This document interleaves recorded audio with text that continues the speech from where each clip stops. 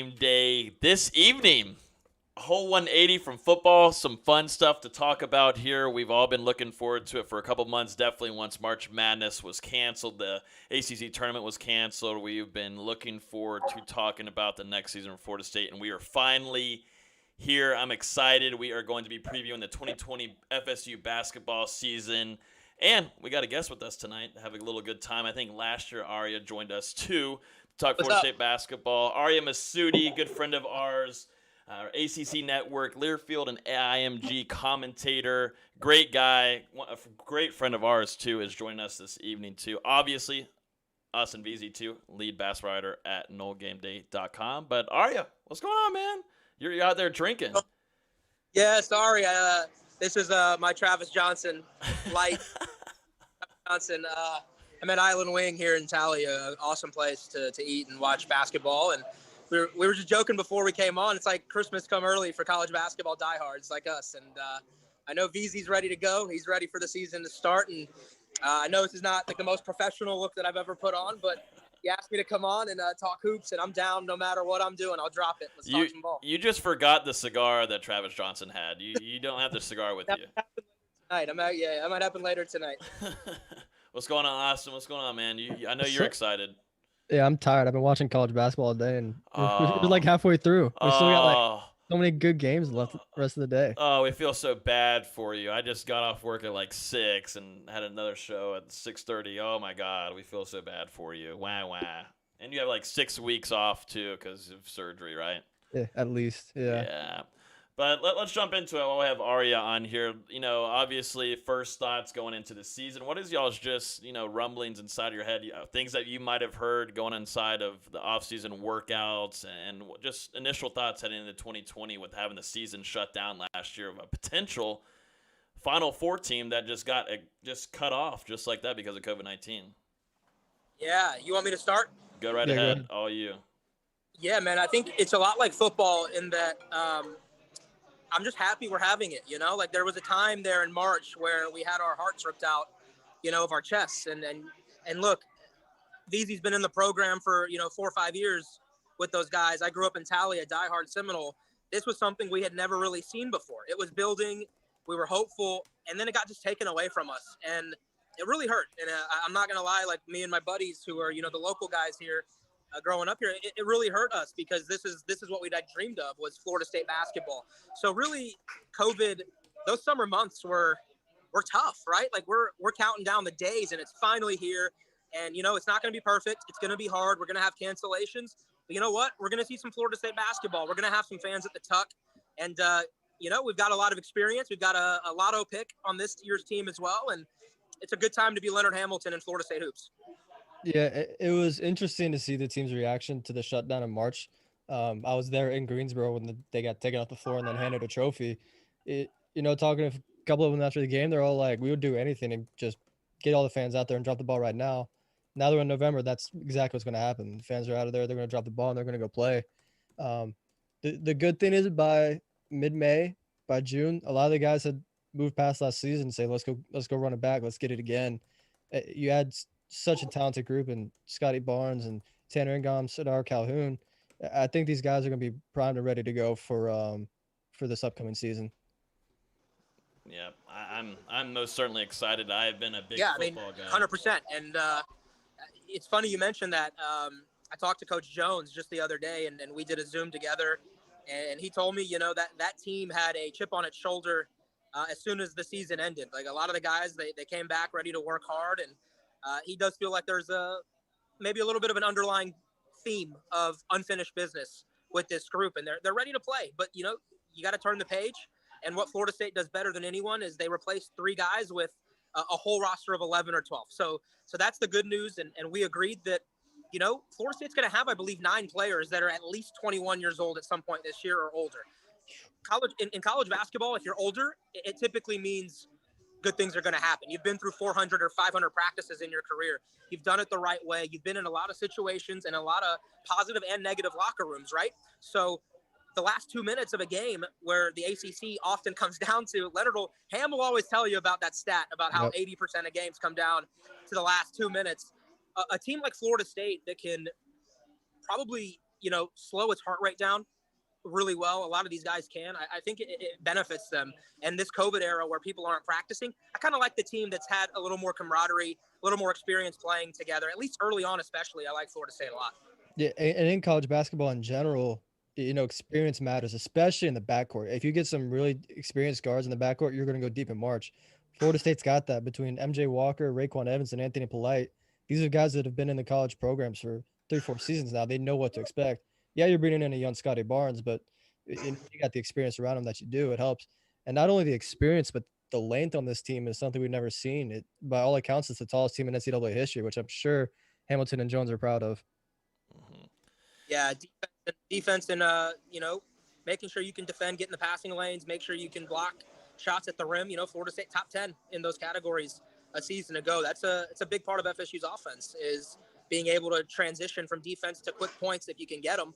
And I think that might be where Scotty Barnes makes his biggest impact is on that defensive side, transitioning into a full court game and being able to do that. I'm really excited, guys. I really am. Throughout the rest of this, we're going to go over the roster discussion, schedule discussion. Also going to talk about preseason awards, and the rest we'll give record predictions at the end. We'll make sure to get Arya's record prediction before he gets off of here. But just to start off this show, let's talk about Gardner Webb. Obviously, the game is canceled. It was set to be on Friday. A lot of fans were excited to watch that happen. But COVID-19, it seems like it's going to be a theme throughout basketball season. You look at football, there might be a few guys and you can still able to play the game, but when it comes to basketball, you got a smaller roster, including staff and individuals. It's going to hit a little bit harder whenever there's just two numbers around that program. But Gardner Webb postponed to start the season.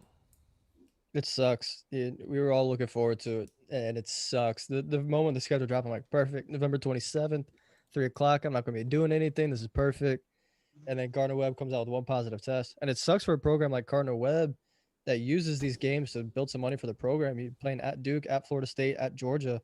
Those are some big-time money games, and now you're losing all three of those. It sucks for Gardner Webb, but especially for Florida State that's trying to get some tune-ups before they have to go play Indiana and Florida. Yeah, I think I was more just – again, just back to the whole, you took away what we loved.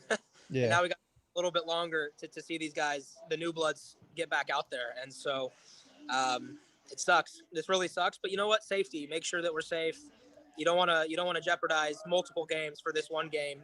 And I think we'll be okay in the end. We'll play next week, and hopefully UNF, fingers crossed, they can meet the testing protocols, and we'll have basketball. Absolutely. Yeah, and even though the schedule's, 27 games? Something like that. I highly doubt any team gets to the full schedule that they play. There's going to be cancellations. There's going to be postponements. I wouldn't be surprised if a lot of teams finish in that 22 games played range. Mm-hmm. Yeah, 100% agree.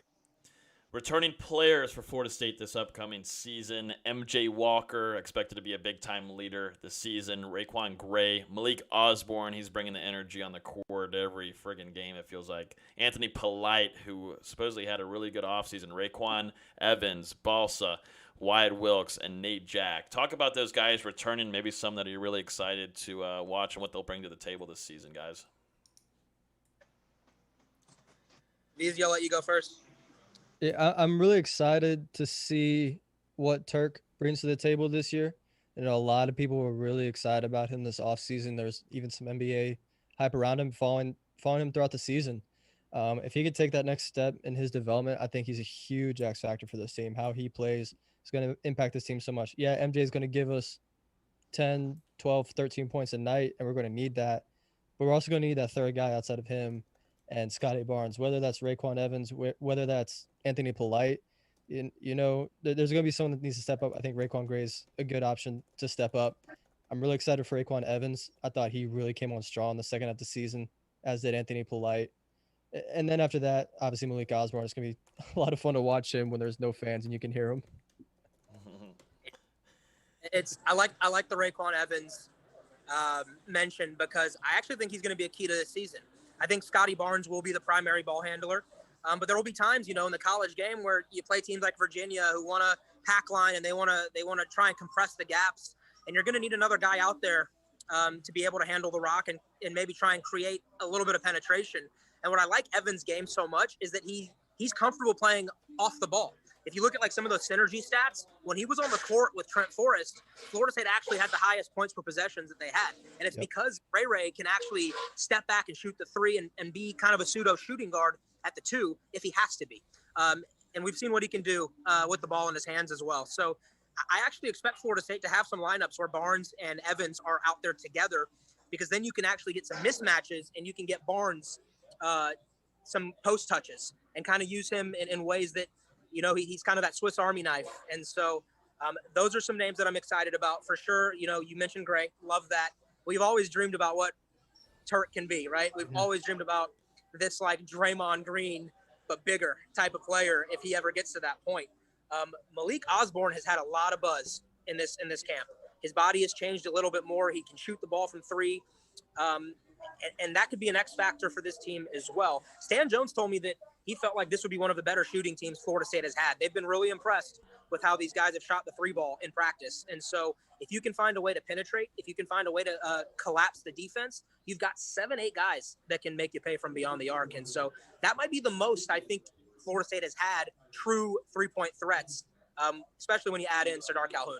Yeah, you look back to that Duke game where pretty much our entire game plan was let's pick and pop and get Malik Osborne open shots. If he makes 2 of those, we win that game. So to hear you say he's really been working on it. I mean, I saw him work on it for an entire year when he was redshirting, and I saw the improvements he made. I know how good he can be. If he keeps improving, having him be that pick and pop threat's huge, especially if they want to play him at the 4, which I think they want to now that they have 3 true 7-footers again. I think one of the most important players on this year's team is a guy that just doesn't get talked about. And he's used to it. He doesn't mind. Anthony Polite. He is going to be so good this year. Stan Jones raved about him and said, look, he is one of the best on-ball defenders in the ACC and in the country. He can hit the 3 ball with confidence. And if you saw it towards the end of last year, he started to make some big-time drives. He had a drive against Louisville there in that run that Florida State made where it should have been an and one. But it's the first time I've seen Anthony Polite play that freely and be that comfortable with the ball in his hands as a creator and as a go-getter in terms of getting to the rim. He will be so important to me. I think he might be the breakout player for Florida State. The kid can handle the basketball. And a lot of people don't want to like mention him as a guy who can bring the ball up the court. I love his game. I love Anthony Polite's game. He gets better every year that he plays. And, you know, now he's going to be a 4th-year junior, I believe, at this point in his career. And I'm ready to see, you know, AP, get our boy Anthony Polite some love because he's going to be a big-time guy. There's a lot of colleges that recruited him to play point guard. I don't think a lot of people realize that now. Once he got to Florida State, you know, the coaches are like, we can't have him play point guard right now. They always kept saying you dribble at your feet too much. He doesn't play out in front of him. But we saw that once mid-January hit, he was phenomenal. I mean, he was shot something like 42% from 3 in conference play. He was handling the ball, like you said, a phenomenal defender. It's 6'6", 6'7", with that wingspan and that size. You know, it's tough for anybody to get past him. When he's focused, I think he's the best defender in the conference. Yeah, and Logan, I got a question for VZ while I got him on here. Go ahead. He's going to love this. I had Stan, so I talked to Stan on Monday morning, and then I got T-Man on Monday night. We did a Zoom together that we'll have on our podcast. I asked the question, and I want VZ to be the tiebreaker. 18-19 team plays 19-20. Who wins that matchup? You can guess. T-Man took his boys. Yeah. Coach Jones took the 19-20 team. I'm surprised he took a side. Yep. Yeah, he did. And they have their reasons, but I want to hear your thoughts. You were there for both of those. Well, you were there for one of those. Mm-hmm. And last year, you know a lot of those guys. Who are you taking? Can I only choose between those two? Yes. The team that Kofor and Nichols were not healthy to play in the weren't able to play. Are we assuming they're both fully healthy? 100%. That's tough. That's really tough. I would probably take 18-19. You're taking the experience. Really close. Guys? Yeah. I mean, if I could have like any of these past few teams, I'm taking 17-18. Really? Yeah. Okay. I think that team was an impressive regular season. Yeah, but once they started clicking right towards the end of the season, then the ACC tournament, they kind of broke down. But they had that first practice coming out of Selection Sunday, and I saw an entirely different team. You didn't know. You look back at it, the way they played in that tournament, they didn't get lucky. They were legitimately beating teams. And you look at 12 guys who all played significant minutes, and I think that's huge. Um, Especially in March, you're 4 points away from being in the national championship game. Yeah, yeah. T-Man thought David Nichols would have been the difference maker Yeah, on that 18-19 team, and I think Coach Jones felt the way Pat Williams and Balsha were playing towards the end of last year. He felt like the individual shot making ability of some of those guys on that team would have been the difference. But both guys agreed, close game, and that's one that we can always dream about. yeah. If it's a 7-game series, it goes 7. Like there's no question about it. Each team would bring something that the other doesn't have. You know, with the 1920 team, you have so much athleticism off the bench. Not saying 18-19 didn't have it, but you had so much athleticism off the bench with Pat and Raekwon Evans and some of these other guys. But then you look at 18-19, you got David Nichols who can come and give you buckets whenever you need them. Yeah. Back to you, Logan. which games to you guys, talking about schedule discussion now, which games to you are key? And then obviously, what are some trap games that might, take down Florida State or put them in a rough spot that Florida State might be overthinking this season? I mean, FSU got. I think they have to be really happy with the schedule they were given, all things considered. I mean, because you only have 2 big Monday games, so that means only 2 instances. If you play Saturday, have a day off, you play Monday. But even the second one, when you play Virginia at home, the game before is at home against Wake Forest, whereas Virginia's playing against UNC in Virginia. That's a tough game to then play, get 1 day off, and travel to Tallahassee to play another fast team in Florida State. So I think Florida State benefits a lot there. Whereas the first one, yeah, it's a lot tougher. I think it's UNC then Louisville for the big Monday game. So that's a tough stretch. But other than that, obviously you get the 3 big teams at home: Virginia, Duke, North Carolina. You have to play it at North Carolina, which is tough. But other than that, there's not really anything where you go, that's a key matchup. But there's a ton of trap games, I think. Coming off Duke, you go at Syracuse and at Pitt, 2 places that Florida State's been horrible. Just 2-4 in the Carrier Dome and 1-8 at Pitt in the Oakland Zoo. I think those are 2 games where you really have to look out for, and you're going to see the maturity of this team real quick early in January. Yeah, and you pretty much nailed it, because a lot of those were my thoughts. I'll point to the Florida-Indiana back-to-back games because I think those are sneaky. Everyone's just going to make the joke, right, that Florida State will beat Florida in basketball. That streak's going to end eventually. I'm not saying it's this year, but I'm just saying that Florida team's a little bit better than people are going to give them credit for. And we have a tendency to kind of downplay them and kind of write people off when you've beaten them so many times in a row. That's going to be a tough 2-game swing because you're going to play Indiana, who will be an emotional game, I think, for these guys. And while I think and I love that the Florida game is at home right after that, you're not traveling to Gainesville. Mm-hmm. You're going to have to get up for a matchup like that 2 times in a row with a team that's going to be ready to play you. So I'm not saying that Florida State is going to lose that game. I actually feel confident FSU will get both. But I'm saying that's one that you asked me about. Am I curious to see how Florida State responds? Yeah, I'm looking forward to that 2-game stretch. And you got to hope experience, too, will help in that situation. Guys that have been on the team for a while, that will kind of help them stay focused and not worry about those trap games for you. Those really are interesting games, especially Indiana. They lose Green, who scored a career-high 30 off the bench against us, but they still have Trace Jackson-Davis, who's one of the 4 best post players in the country to a lot of people. They have a 5-star point guard in.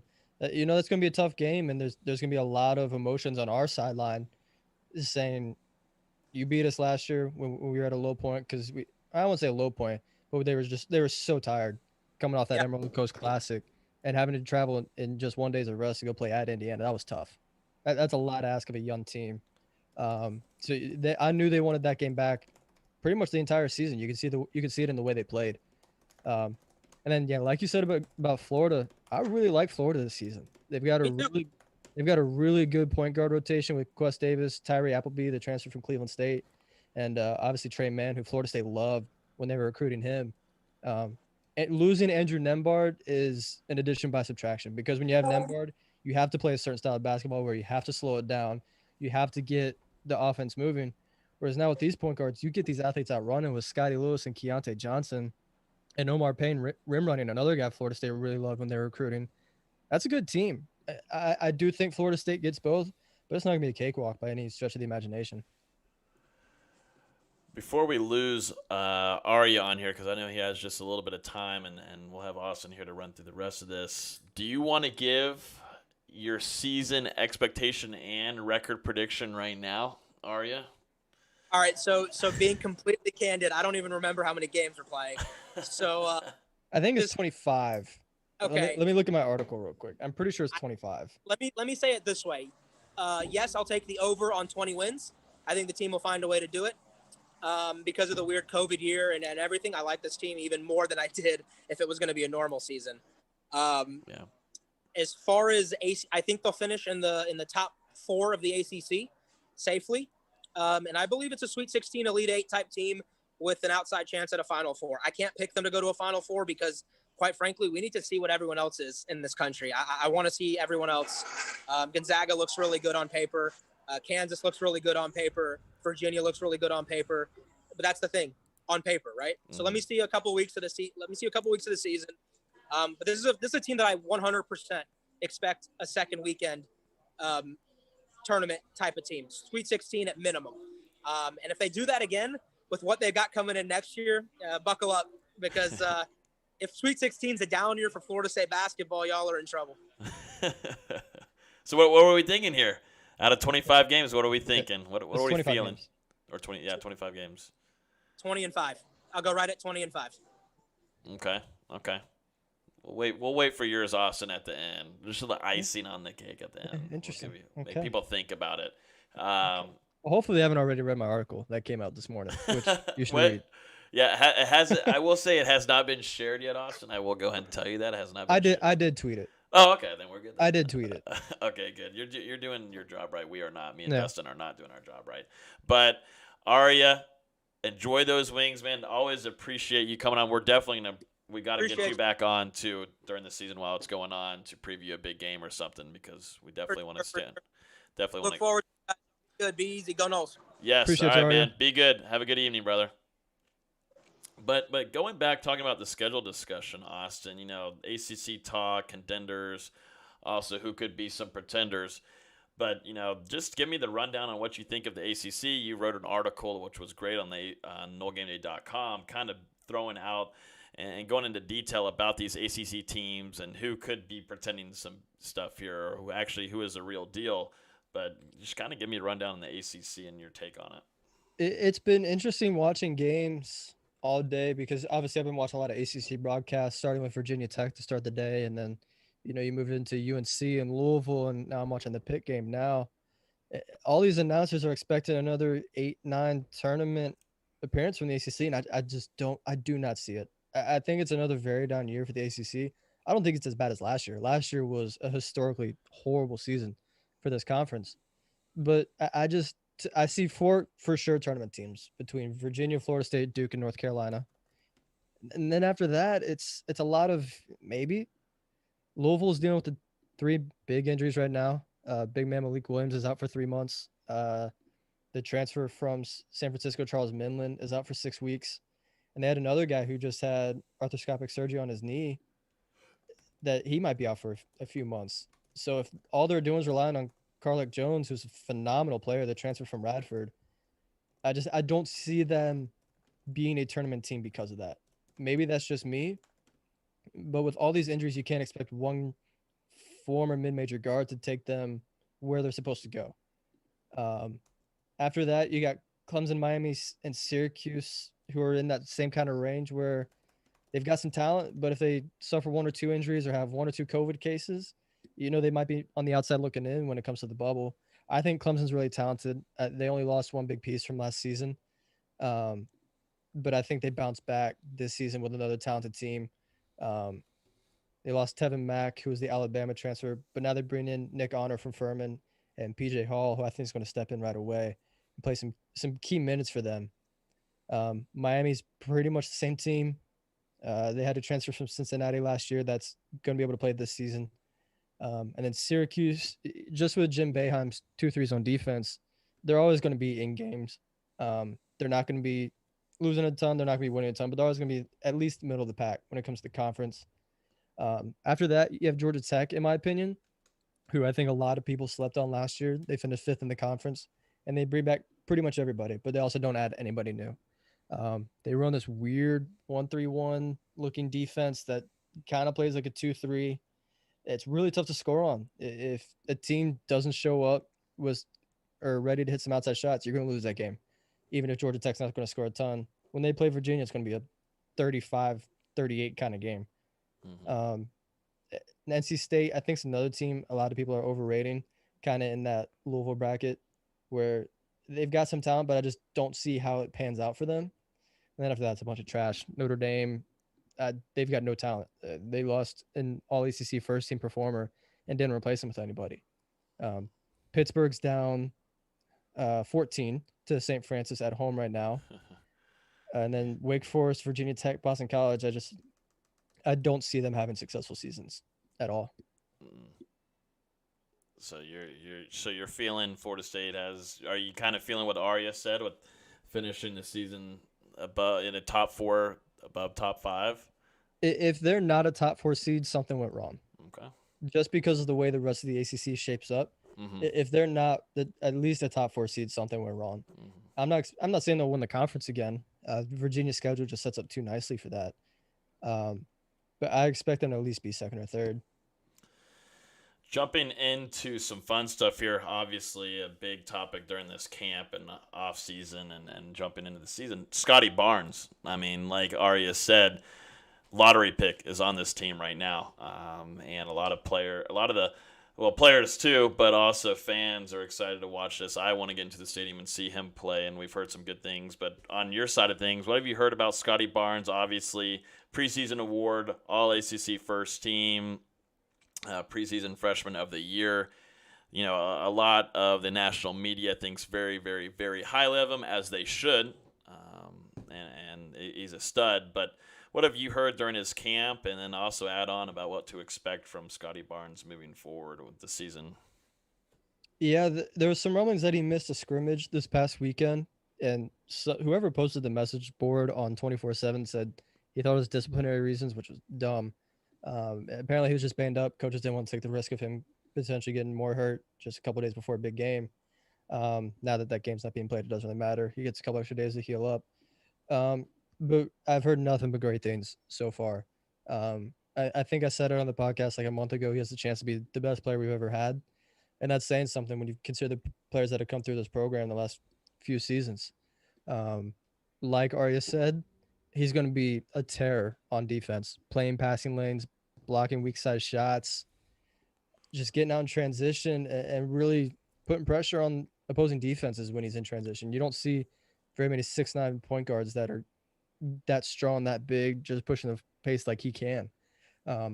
Offensively, I think we're going to take our lumps to start the season just as we get used to him, getting guys set in the offense, getting the right motions set up, making sure he's making the right cuts. Luckily, our offensive system isn't revolved around having one true point guard. I know we did it last year with Trent Forrest, but in a way, we kind of had to, especially with Raekwon Evans being a little banged up to start the season. I think you see a lot more guys initiate the offense this year, and you don't need Scotty Barnes to create every set. I agree with Aria where you're going to see a lot of 2-point guard sets with him and Raekwon Evans, because I think Evans is a really good player. Mm-hmm. And then also jumping into a few of the other preseason awards, MJ Walker gets All ACC second team.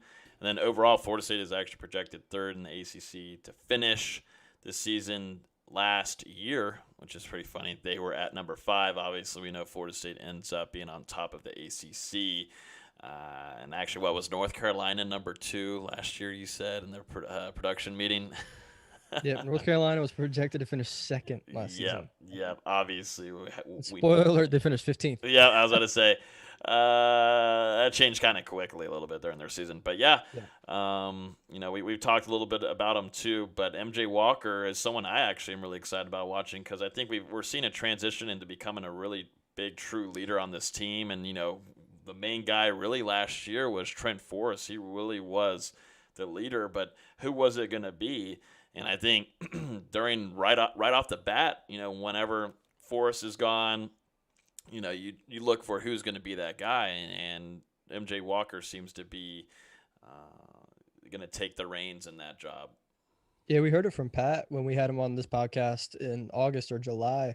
How after they lost Pitt, MJ was the first guy up there saying, "Hey, we were saying this is our year. We can't come out here losing to Pitt," and got them refocused. I think he's going to be more of the lead by example guy.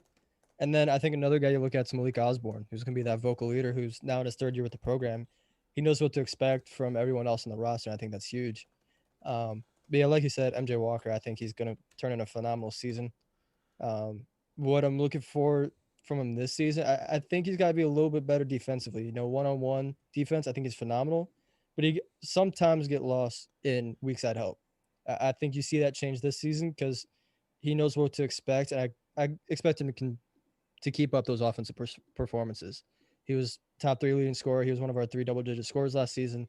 I think he's going to be our leading scorer this season, whether it's 12 to 14 points or 10 to 11 points. I still think he's our leading scorer and the guy we go to in the closing minutes of a game. Yeah, no, I mean, Dustin's missing out on another podcast because, let's be honest, he's a simp.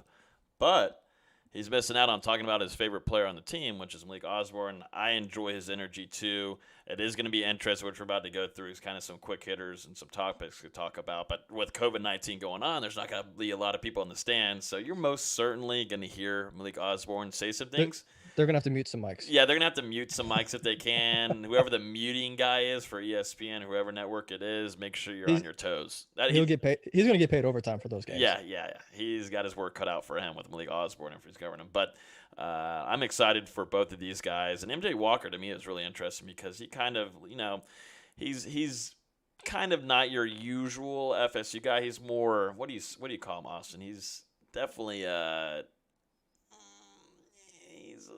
I don't know. Early years, he was a little kind of. Oh, his early years, he was horrible. I'll say it all right. He was not good. Little prissy, I guess you could say. What do you call it? I don't want to have him. Want him a prima donna? Yeah, you could probably maybe. I don't know. I mean, you were around him a lot more than me, so you'd be able to tell me. But I think he was just one of those guys that was. He was too injured more than we saw him on the floor, and you kind of wonder what's really going on with this guy. I know. What was it? I think it was after his redshirt season. He had like a really minor knee surgery just to clear some stuff out, and ever since then he's been a much more athletic player. And we really saw it last season. I know I talked about it when Arya was on here, but the second half of last season he was phenomenal. Just hitting threes, attacking the basket, just showing no fear. And I think that's going to be huge going forward. And hopefully, I'm expecting him to see him in the starting lineup just because Hamilton likes experienced guys in his starting 5. If he is that guy in the starting 5, I think we're going to see a big season from him. Jumping into some kind of quick hitters here and some topics that we've seen talked about on Twitter and inside of our Discord. And something I'm thinking about too, and I want to get Austin's take, is how is COVID going to affect the season? Obviously, for some arenas, you look at Duke. That's a huge advantage on their end and side of things. Now that's going to be down to 20%, maybe less than that in some states. Duke and Carolina are no fans. No fans at all. Okay, which is crazy for them. Yeah. How does that affect Florida State, but then also the rest of the ACC and Florida State's opponents? A program like Florida State, I don't think it impacts them much, if at all, because they're still at 25% capacity. Louisville was at 3,000 fans, which rough math, I think is like 10%, 8% capacity, something like that. But Florida State, 2 seasons ago, they're at 40% capacity when they're supposed to be full, just because a lot of fans didn't want to show up for a Christmas game against Wake Forest. I think you've seen that change last year, but a lot of these guys were still there when a lot of fans weren't showing up and they played with that chip on their shoulder. It's going to really impact the Dukes and the Carolinas of the world. It's going to really impact Virginia, depending on what they do with their fans. Some of these programs like Wake Forest doesn't really play with anybody there anyway. Same with Georgia Tech and Miami. It's really going to impact these top teams more than anything. I think around college basketball, you're going to see a couple more upsets than you're used to seeing. Like Drake beat Kansas State today at Kansas State. I think not having fans goes a long way for some of these upsets. To you, and this is coming from one of our Discord members, what to you is a disappointing season for Florida State in this season after winning the ACC last year. Obviously, the last 3 runs have been fantastic for Leonard Hamilton. What is a disappointing season for Seminoles? A disappointing season is not being in the top 4 ACC. I just don't think there's enough talent past the top 4 for me to be like, "Oh, I could see them beating us." If we're not in the top 4, it's a disappointing season. I'm not going to say a certain record prediction is a bad season just because in this day and age of COVID, a lot of games are going to get delayed. A lot of games are going to get canceled. I don't know how many games we're going to finish with and how bracket voters and how AP voters factor that in to how they think of Florida State. Um, so to me, really just a disappointing season is you're not in that top 4 of the ACC. Yeah. What about if it's with the seeds for tournament after the season? Again, it depends on how many games we get to play. You know, if we only played 20 games but we go 19-1, do they still view that as on the same level as the team that goes 23-2? That's going to be really interesting to see when it comes to bracket voting and how they set those brackets up.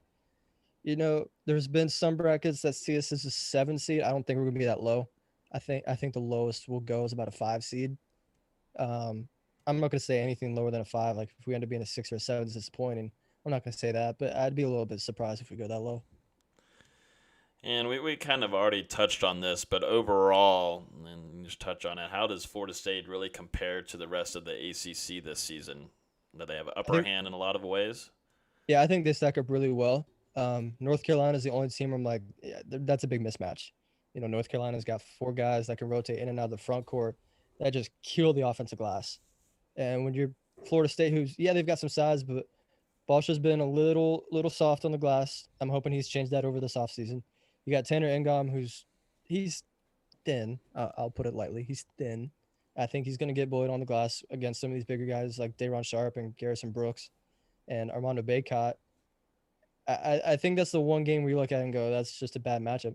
Everyone else, I think we're at least a similar level talent-wise when you look at Virginia and Duke, and much more superior when you look at everyone else compared to the conference. Obviously, it's college basketball. You're going to lose a game you're not supposed to here and there. But for the most part, I think Florida State sets up really nicely this season. Austin, I hope we can keep you on HearTheSpiritNoelGaming.com because I think ESPN's going to start coming after you too with this kind of analysis. This is just too easy for you. It feels like you've been kind of writing articles for the last 4 weeks. Feels like. Yeah, 5 weeks. 5 weeks. I got to get it right over here. Let's talk about this. This is a good topic that I actually came up with my own. This is a pretty good one. How much of a loss is it with losing Patrick Williams? You lose Devin Vassell, and you also lose Trent Forrest, 2 guys being in the first round. And obviously Trent Forrest was a huge impact on this team, most certainly both on the leader side, but also with being pivotal moments and keeping Florida State in games, taking them and taking leads in big-time games. But how much of a loss are these 3 guys? Because you look back, we saw what happened with Calvin Gilly and Terrence Mann, but the next year Florida State is actually able to put on a phenomenal product and win the ACC. But, how much does this affect Florida State losing Vassell, Williams, and Forrest? Yeah, again, Arya kind of touched on it where Florida State's built up this program that when you play 10 to 11 guys, losing 2 to 3 to the NBA, it doesn't really hurt that much. I specifically remember my second season with the program after Bacon and Isaac went to the NBA. I remember Jones looking at the rest of the guys going, Isaac and Bacon were just here and they went to the NBA. Do you really think that they were that much better than y'all? And the guys kind of looked at each other and were like, no, not really. And they showed it that season. That was going to the Elite Eight and almost to the Final Four. Florida State just built up this program to where they could keep having success and keep rotating guys in and out. I don't think we're as deep as in years past. I think you've got 8 guys you can really rely on, and then hopefully you get another 1 or 2 that can really step up and provide some quality minutes. And I think we're a little light on wing depth. That's the biggest part of losing Devin Vassell and Patrick Williams is you had these 2 freaky wing defenders that could just guard anybody. Whether that's Scotty Barnes this year, I know he's projected to play point guard, but I think defensively he's more of a wing defender. And then obviously Anthony Polite. The big thing to me is how much of a guy like Sadar Calhoun can provide defensively. He's got all the tools, especially offensively. He's a great shooter. He's got the athleticism. He's got the length.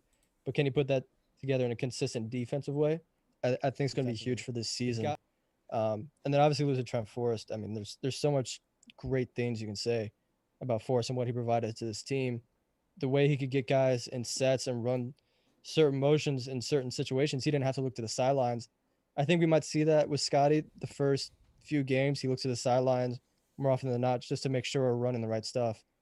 And then hopefully as the season goes along, we just transition into more consistent offense, more consistent flow. That's the big thing from going from a senior like Trent Forrest to a true freshman, Scotty Barnes. And lastly, here, who will be Florida State's MVP after this season? And to you, who was MVP last year? I think MVP was Trent. I really don't think there's much discussion about it. Um, just because when you needed a bucket, Trent got it for you. Mm-hmm. He may not have put up the flashy stats every game, but when it came to the final seconds, who was taking the shot? It was Trent Forrest every single time. I don't know who that's going to be this year. Is it going to be MJ? Is it going to be Scotty? I don't know yet. We're going to find out. Hopefully not for a long time, but You got to make a prediction. You got. This is what the show is for. This is entertainment for folks. it's probably Scotty just Okay. because of his size and him playing point guard. He's going to get matched up against a lot of opposing point guards. He's going to be able to bully. Um, I think that's the obvious answer. I think MJ Walker's another one where you can look and go, yeah, that makes a lot of sense. If you're looking for an X factor, like just a wild shot in the dark, I could see Sadar Calhoun having a major season off the bench where he could average 10 to 12 points off the bench and really become an NBA threat. Okay. That's what we like to see right there. Is some bold takes, hot takes. I love every bit of that. Jumping into our last segment here for the 2020 Florida State season preview from here to Spear. Record predictions. Let's start off first, though. Floor and ceiling for Florida State. What do you think is going to be the top? What's going to be their bottom heading into this season for Leonard Hamilton? This is assuming every game gets played and we find a replacement for Gardner Webb, whether it's a rescheduled day or we just find someone else to play.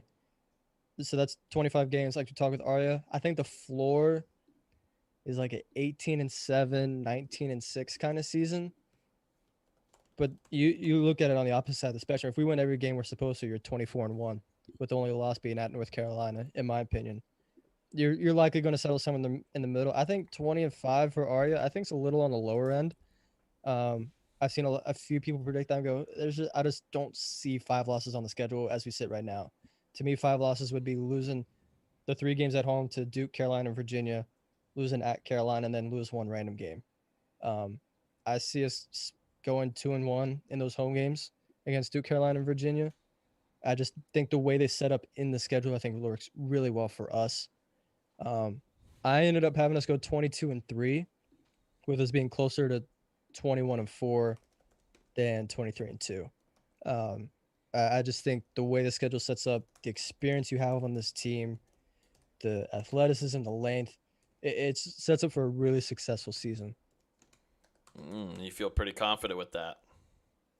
I mean, last year I predicted 25-6, and when everyone was saying less than 20 games, and we ended up going 26-5. So yeah, I feel pretty good about it. Yeah, you ain't lying. I wish we had Austin on here, or Dustin to get his ass on here to give his record prediction, but it just seems like he's, well, I mean, you don't. I mean, yeah. But yeah, I mean, I feel good about this team too. I mean, there's not much. I mean, I'm still doing my homework. I'm still learning. I feel like this is like my first year really jumping into basketball coverage as most part. I mean, obviously, we talk about it weekly once it comes into Hear the Spear, but I just feel like Leonard Hamilton's hot right now. Not just because of the suit that he's wearing, but because of just the way this court has been showing that the players, man, I like Malik Osborne a lot. I like if MJ Walker is really going to make that transition to be a leader, I'd really like how this team will bode. Obviously, Scotty Barnes, and then there's tons of guys behind him. Look at Gray too. I mean, that dude could be playing football right now, but he's a physical freak. A lot of people love to rag on Turk, and I get it because he's kind of clumsy. He's kind of, he doesn't run the best. But when he's really rolling and he's got that full head of steam, he's really tough to stop. If that jump shot starts working for him this season, he opens up an entire facet for his game that he can drive to the rim more often. He's not drawing as many charges as he did last season. And Anthony Polite, too. I think that was a good note from both of you guys earlier. This guy kind of starting off his career at Florida State just didn't really feel comfortable for the most part. And looking back at last year and how the season was ending, man, he came in clutch and in multiple games, and he's got a chance to really show out if he can get that kind of feel more into the game and prove to be a big time player for Florida State, then this looks like a pretty stacked squad that also has a very good amount of experience against pretty good talent. I mean, if you're in the ACC, no matter what, you're facing great talent. But there's guys in here that have played in big games because you're shuffling guys in and out, in and out, in and out. Florida State's known for that, and Leonard Hamilton's coaching philosophy. But these guys have experience in big time games, and that's one thing that I think is positive when looking forward to this upcoming season. Even though you're losing Trent Forrest, Devin Vassell, and Trent Forrest, Devin Vassell, and Patrick Williams. Yeah, for sure. When you have a system where you rotate so many guys, it really prepares guys for the next season. You look back at it. The first game that comes to mind is playing at Virginia last season, where you're playing with Wyatt Wilkes at the end of the game, and he's taken, a huge shot down 3 with 15 seconds left, and you look at it in the moment and go, I mean, what are we doing? Are having Wyatt Wilkes take the shot instead of a Devin Vassell or MJ Walker when we need a 3-pointer? But now you look at it to this season where you don't have Devin Vassell, you don't have Patrick Williams to take those shots. I think that it really speaks to his growth and where he can go these upcoming seasons. If he can provide Florida State with a consistent 10 to 15 minutes a game this upcoming season, I think that's huge for Florida State. That's in need of a little bit more depth on the wing. Is there actually a guy that if Florida State is in a pivotal moment to win a game and you've got 2-3 seconds left on the clock, you're going to give it off to somebody who is going to get that ball? I mean, it depends on the shot. If you need a shot at the rim, it's probably going to be Scotty. If you need a jumper, it's going to be MJ. MJ took a lot of big shots last season. Mm-hmm. We saw, even going back a few seasons, MJ in overtime against Louisville a few seasons ago, he broke the tie. At Miami, he had a shot that broke the tie in overtime. He had the shot to force overtime. He had some very big jump shots throughout the season that, you go back 2 seasons, you're not expecting MJ to hit that shot. But now I think a lot of people have a lot more faith in what he can do late in the clock when you need a jump shot. But if you need a shot at the rim, I think Scott is definitely the guy you need to go to just because of his size. I guess I'll get my record. I mean, you said 23-2? 22-3. 22-3, my bad.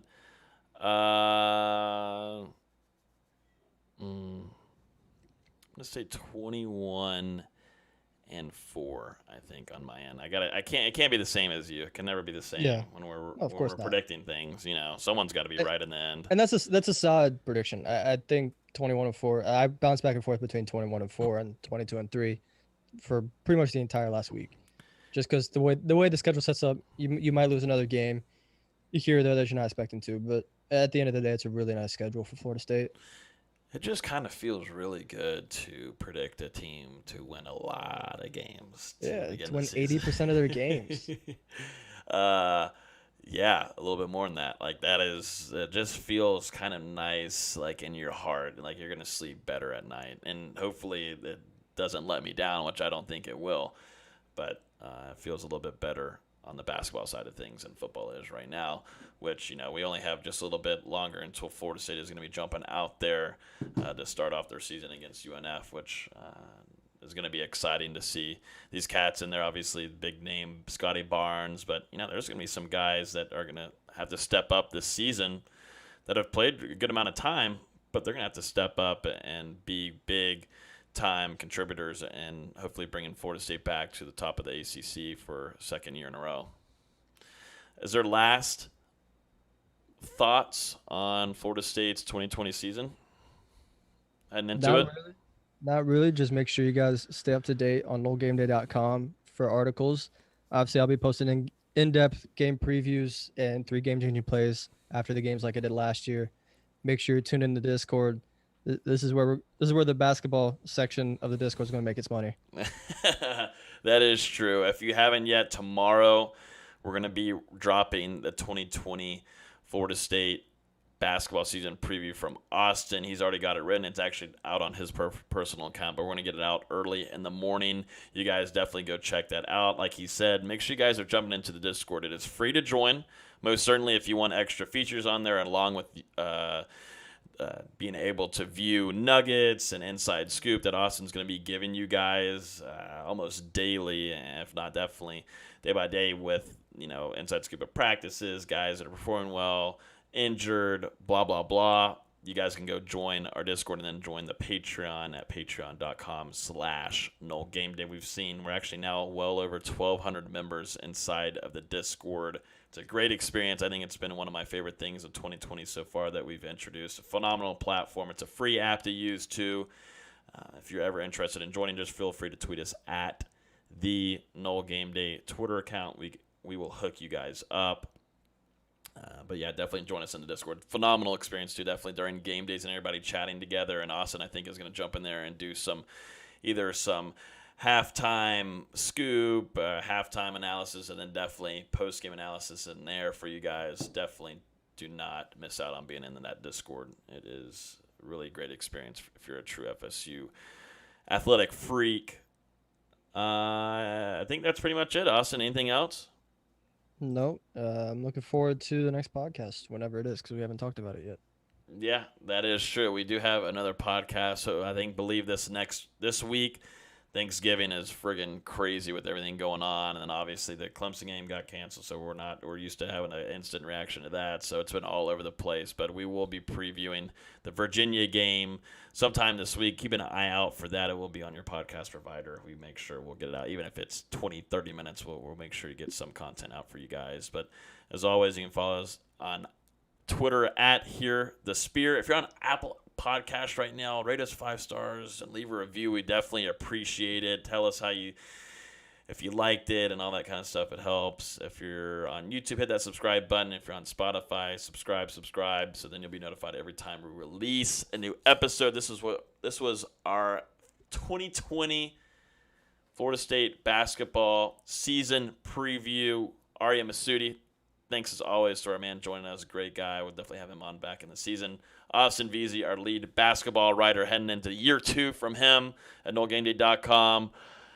Here, Logan Robinson, and I'm just a loser, so don't need to say anything more. Thank you, guys. Y'all have a great evening, and enjoy the rest of y'all's week. Happy Thanksgiving also. Happy Thanksgiving, everybody.